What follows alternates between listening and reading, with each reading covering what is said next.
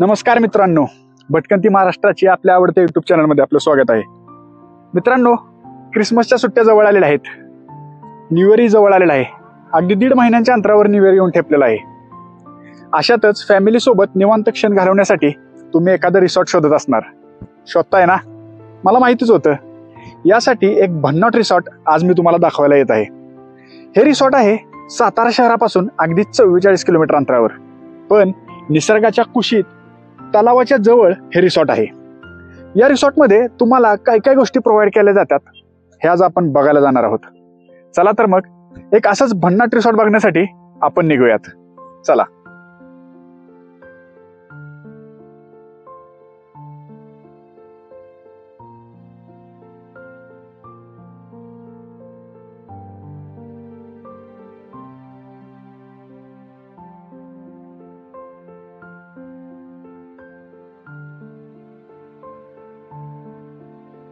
नमस्कार मित्रांनो, ज्या रिसॉर्ट बद्दल मी तुम्हाला माहिती देत होतो तेच आहे हॉर्नबिल रिसॉर्ट, जे आहे बामनोलीमध्ये.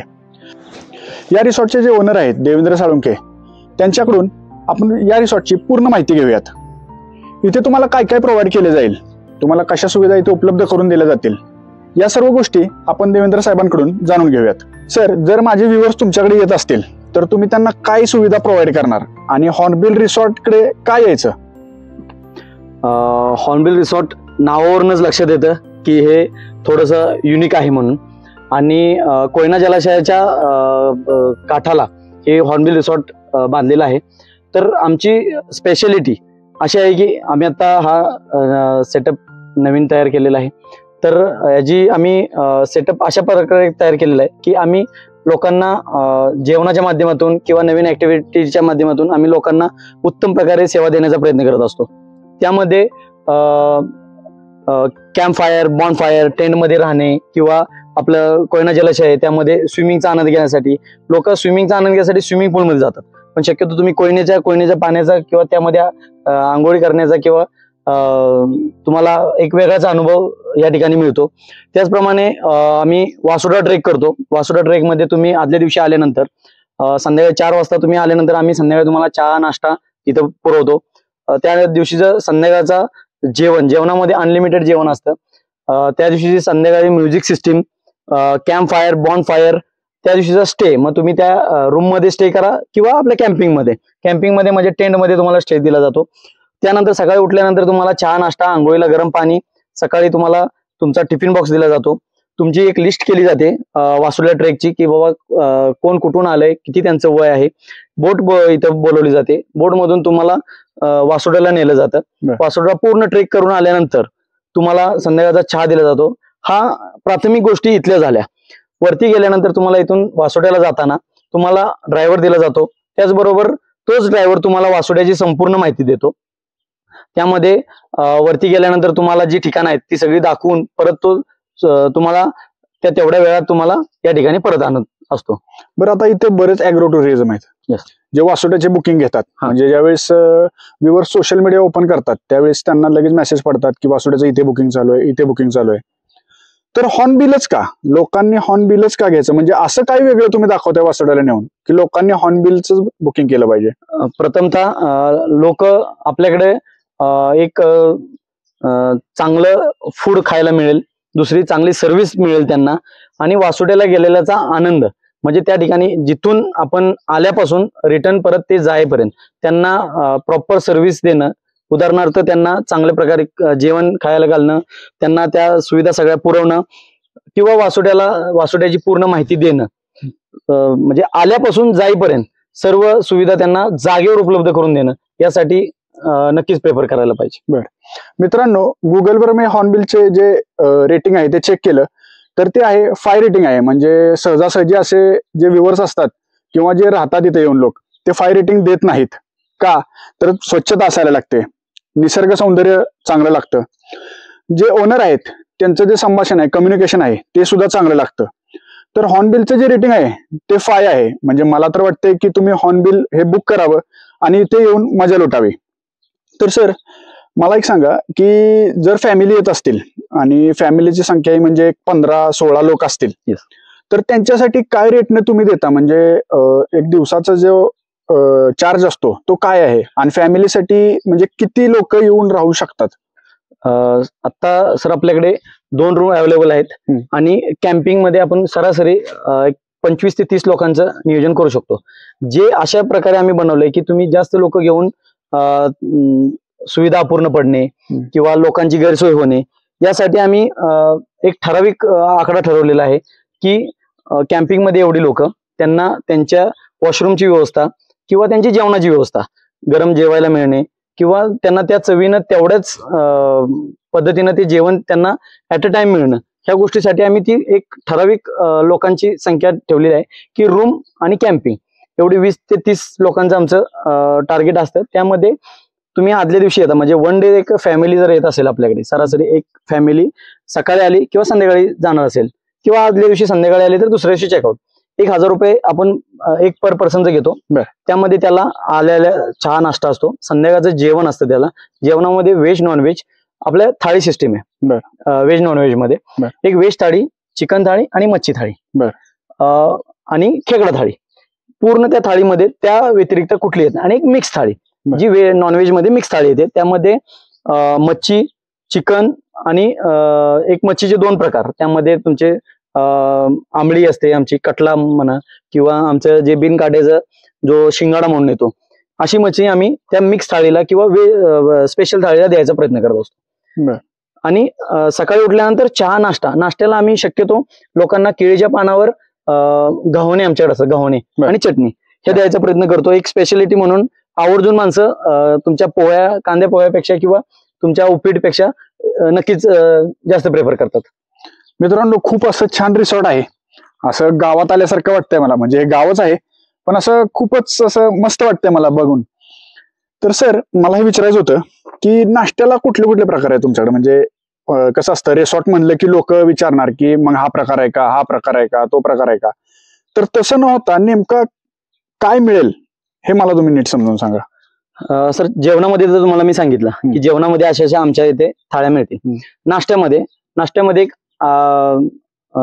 कांदा पोहे, उपीट, कांदा पोहे मिक्स, परत आपले जे आपले आमलेट, चपाती, चहा चपाती, भजी, कांदा भजी, बटाटा भजी, पुन्हा आंबळी प्लेट येते, स्पेशल आंबळी प्लेट प्लस एक आपला सॉस असतो, एक पूर्ण ते म्हणजे फक्त नाश्त्यासाठी वापरले जाते.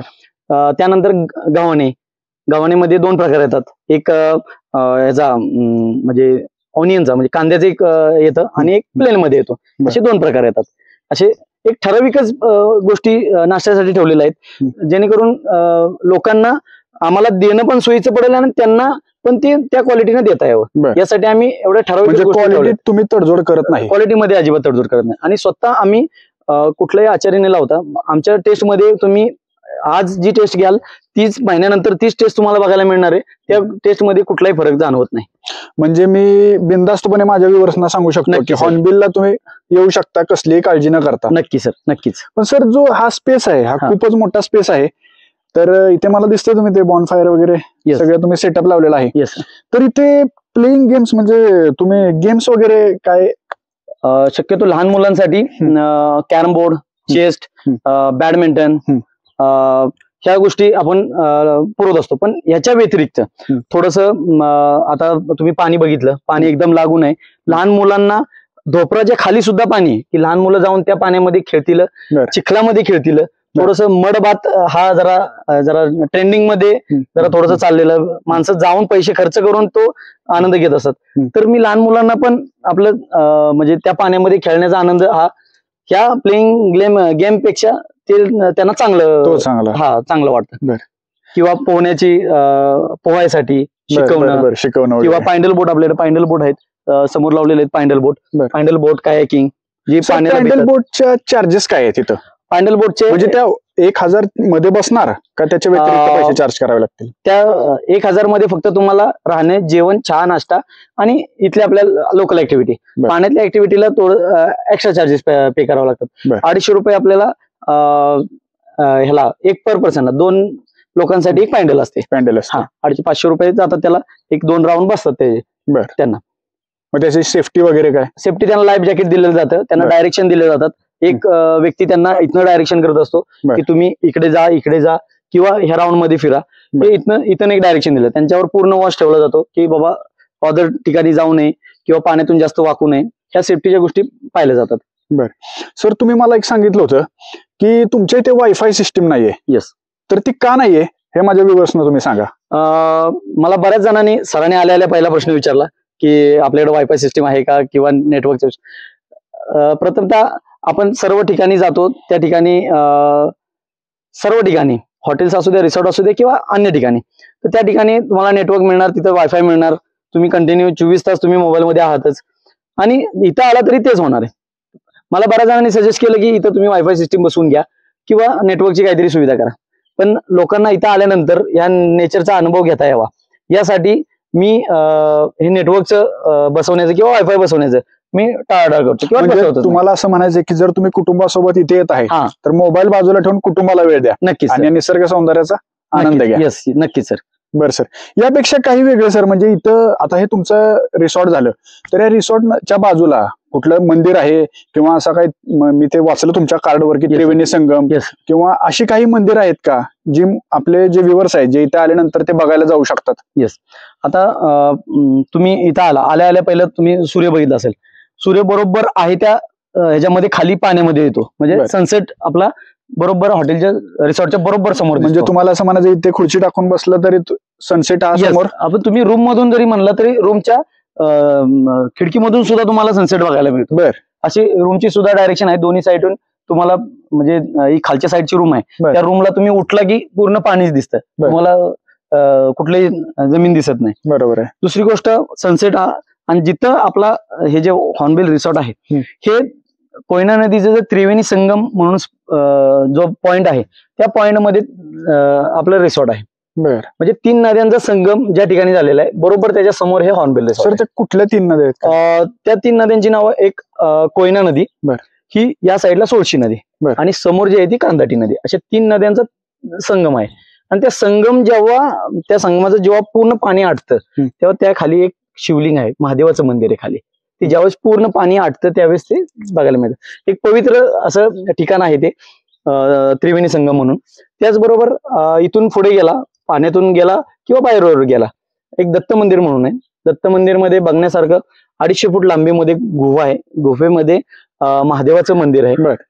त्याच्या शेजारी सिद्धिविनायकाचं, उजव्या सोंडीचा गणपती शक्यतो कुठे बघायला मिळत नाही, पण आमच्या या ठिकाणी एक वेगळेपण म्हणून त्या ठिकाणी तुम्हाला पाहायला मिळेल. सिद्धिविनायकाचं मंदिर आहे आणि दत्त पादुका मठ आहे, ज्या ठिकाणी दत्ताच्या पादुकांचं दर्शन घेतलं जातं.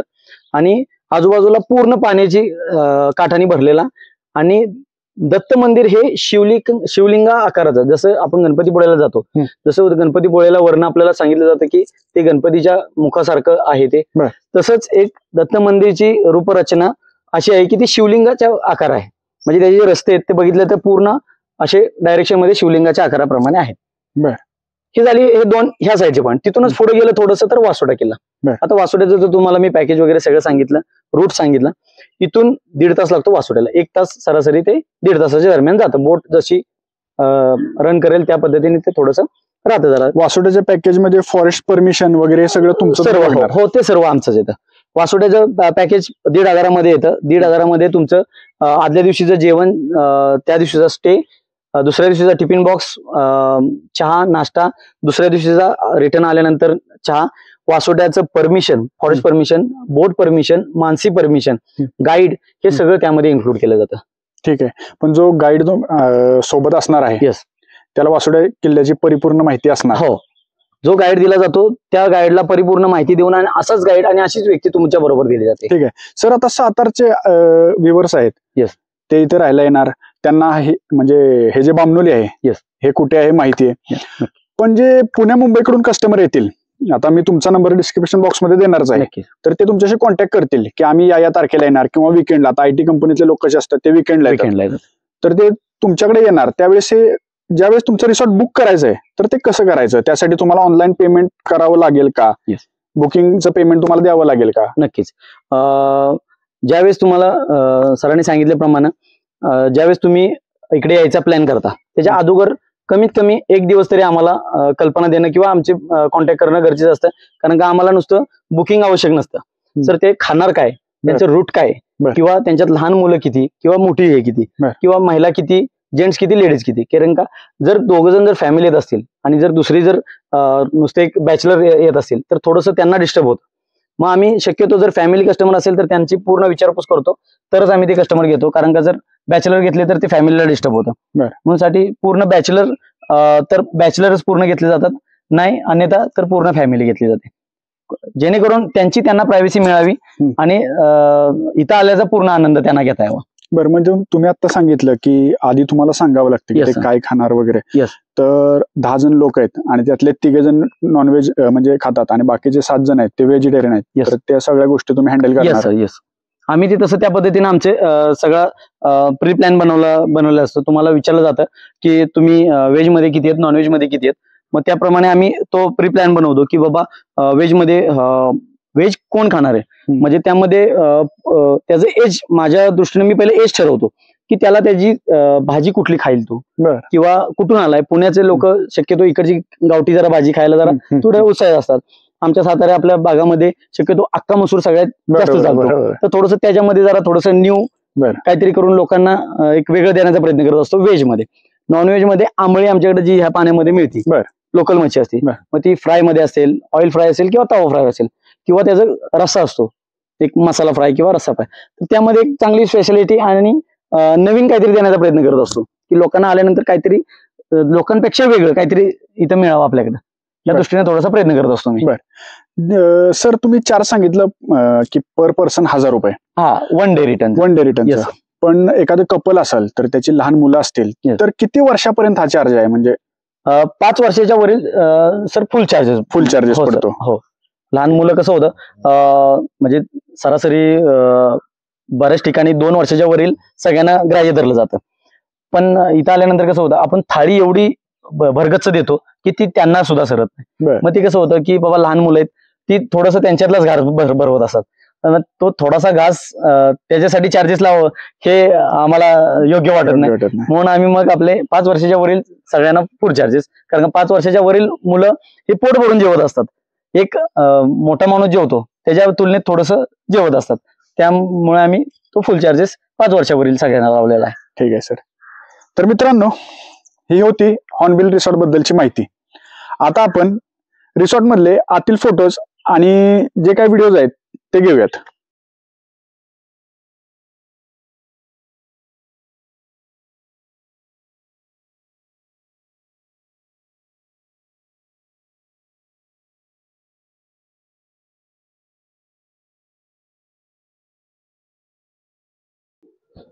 मित्रांनो, सर्व सोयीयुक्त रूम अशी आहे.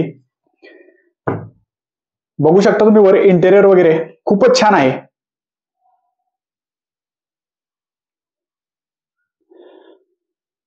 आणि या हॉर्नबिल मधली सर्वात मला आवडणारी गोष्ट म्हणजे, या इकडे दाखवतो मी तुम्हाला.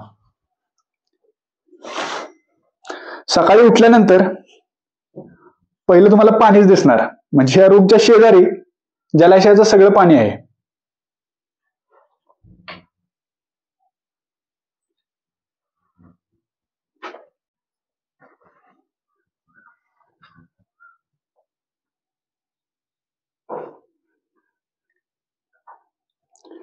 रूमचं इंटेरियर खूप छान आहे.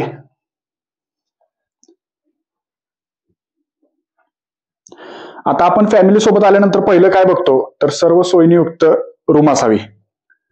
अटॅच बाथरूम आहे, संडास बाथरूम आहे, आणि स्वच्छता म्हणायला गेलात तर नो डाऊट. आणि सकाळी उठल्यानंतर जो काही व्ह्यू तुम्हाला दिसणार आहे तो हा समोरचा आहे.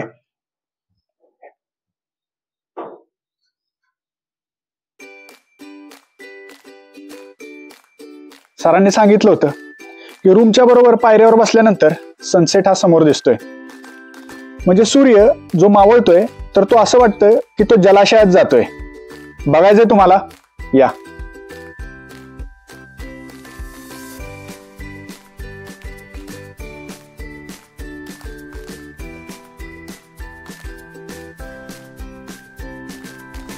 सरांसोबत चर्चा करताना हे समजलं की सर 26 प्रकारचा चहा बनवतात. मी तर फक्त 2 ते 3 प्रकार ऐकले होते. आता नेमके 26 प्रकार कोणते हे सरांकडून ऐकून घेऊयात. सर सांगा.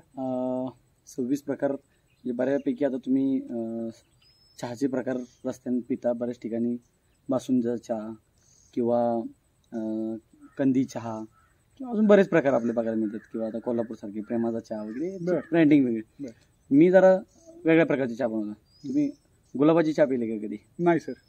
गुलाबाची चहा, आंब्याचा कधी फ्लेवर कधी चेक केलाय का आंब्याचा? नाही सर. चहाला कधी. अशा प्रकारे मी नॅचरली ज्या पद्धतीने बनवलं जातं विदाऊट तुमच्या चहा पावडरचा, त्या चहा मी अशा मिळून 26 प्रकारची चहा पण बनवतो. आंब्याचा हा जरा एक प्रकार वेगळाच वाटतोय. हां, तुम्ही ते कधीतरी तुम्ही आला नक्की भेट द्या. नक्की तुमच्या फ्लेवरनं, तुमच्या मनाप्रमाणाचा फ्लेवर तुम्हाला त्या दिवशी बनवून देईल मी. आंब्याचा चहा प्यायचा असेल तर हॉर्नबिल रिसॉर्टला नक्की या. नक्की. आता सरांनी एक चहा दिला आहे मला, तो पूर्ण गवती चहा आहे. फक्त पाणी, गवती चहा. पाणी आणि गवती चहा. हा. याच्यामध्ये मला कुठेही अशी पावडर दिसत नाहीये. सरबत असं वाटतंय की सरबत आहे, पण सर गरम आहे. सर बोलतात चहा आहे, पिऊन बघूयात. मस्त, खूप छान. पण सर एखादा अजून फ्लेवर कोणते? तेच तुम्हाला म्हटलं, गुलाब फ्लेवर बरं. किंवा आंब्याचा फ्लेवर. अजून आपला बडीशेप एक आपण बनवतो, खातो बडीशेप. बरं. त्याचा एक चहा असतो, त्याचा एक तो फ्लेवर आहे. पण सर हे व्ह्यूअर्स बघतायत, येस, इथे आल्यानंतर ते जर त्यांनी तुम्हाला सांगितलं की आम्हाला ह्या प्रकारचा चहा प्यायचा आहे, नक्की देणार ती. त्यांना नक्की तुम्हाला कुठलाही बनावा लागेल. नक्की सर. उलट आम्ही आनंदाने तो चहा बनवून त्यांना देऊया. जसं आम्ही आल्या पहिलं वेलकम टी म्हणून आम्ही हा ग्रीन टी, जसं आपण ग्रीन टी मध्ये लेमन वापरतो, पण तसं green tea without any powder आम्ही फक्त गवतीचा हा चहा बनवून देतो. म्हणजे तुम्हाला थोडक्यात सांगायचंय, हॉर्नबिल म्हणजे पूर्ण ऑर्गॅनिक. येस, पूर्ण ऑर्गॅनिक. म्हणजे यामध्ये कुठलंही तुम्हाला जास्त पावडरचं किंवा माझ्या जेवणामध्ये सुद्धा जास्त मसाल्याचं प्रमाण फार कमी. तुम्ही रस्सा पितो आपण एक ठिकाणी किंवा बाहेर जिथे जातो रिसॉर्टला वगैरे, रस्सा पितो आपण. त्या रस्सा गडद असा असतो. माझा रस्सा तुम्हाला पूर्ण पाण्यासारखा वाटेल, पण त्याची चव आहे ना, तुम्ही 4 वाट्या न सांगता पिऊन जाता. म्हणजे जशी जत्रा थाळी असते किंवा गावचं जत्रेतलं जेवण असतं, हा, त्या प्रकारे. येस, त्याच्यापेक्षा वेगळी चव असते माझी. जत्रेतलं कसं होतं की मोठ्या भांड्यात केलं जातं, प्रॉपर शिजवलं जात नाही किंवा शिस्त काही शिजत नाही. माझी पूर्ण त्या गोष्टीचा अर्क काढून तो लोकांना त्या वाटे रस्स्या वाटे द्यायचा. बरं, मग तुम्ही इथं आचारी ठेवला आहे का? नाही, कारण 35 ते 40 माणसांचं जेवण बनवायचं म्हणजे स्वतःच बनवलं जातं. कारण का आचारी ठेवला तर तो तेवढी क्वालिटी मेंटेन करेल किंवा आज दिलेली क्वालिटी महिन्यापर्यंत त्याची राहील याची गॅरंटी आपण देऊ शकत नाही. स्वतः आपण आपल्यावर विश्वास ठेवून ती गोष्ट करतो की 10 माणसांना केवढं जेवण बनवलं जातं किंवा 11 माणसांना किंवा 25 माणसांना केवढं, त्याच्या आज जी टेस्ट घेतली ती तुम्हाला महिन्याबरोबर तीच टेस्ट तुम्हाला पाहायला मिळेल.